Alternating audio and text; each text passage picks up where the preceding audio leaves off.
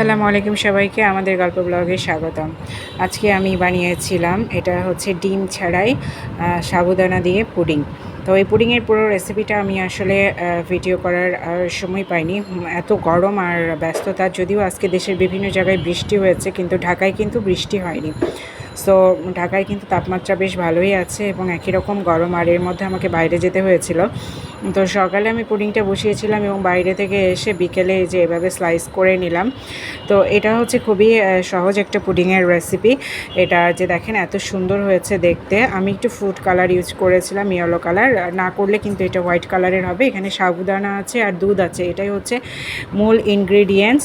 দুধটাকে গাঢ় করে নিয়ে সাবুদানাটাকে আগে ফুটিয়ে পানি দিয়ে ধুয়ে নেবেন।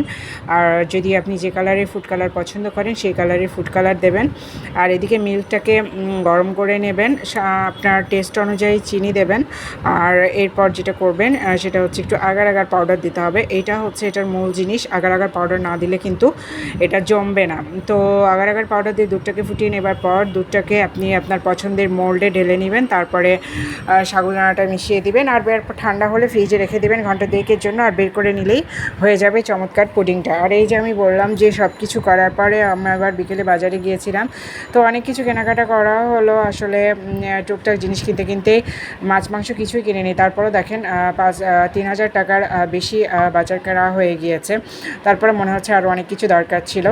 তো এটা হচ্ছে একটা ফুল ক্রিম মিল্ক পাউডার নিলাম। যদিও আমাকে প্রতিদিন আমাদের মিল্কম্যান মিল্ক দিয়ে যায়, তো তারপরেও আমি একটু মানে গুঁড়ো দুধের আর কি দরকার পড়ে।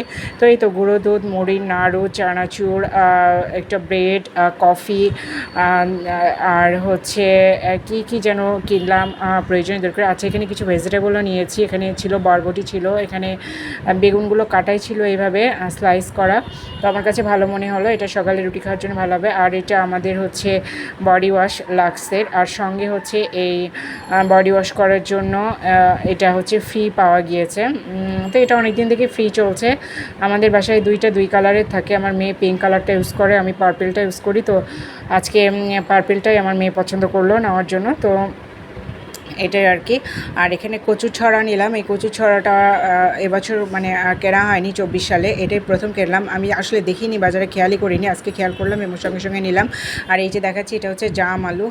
এই আলুর ভর্তাটা খেতে খুব ভালো লাগে। এই আলুটা লম্বাটে এবং লাল কালারের, এবং এই আলুটা কিন্তু ভর্তা বেশ আঠালো হয়, খুব ভালো লাগে। আর এটা হচ্ছে একটা খেজুর, এটা আমার বাসার একটা অন্যতম ইনগ্রিডিয়েন্টস। খেজুর সারা বছর আমার বাসায় থাকে এবং আমরা সারা বছর বাসায় খেজুর খাই, খেজুর খাওয়া খুবই ভালো।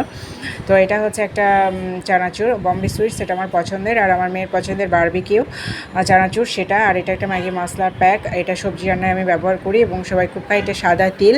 তো এরকম আর কি টুকটাক প্রয়োজনীয় জিনিস কিনতেই আমি মানে 3,000 টাকার প্লাস বাজার করে ফেললাম।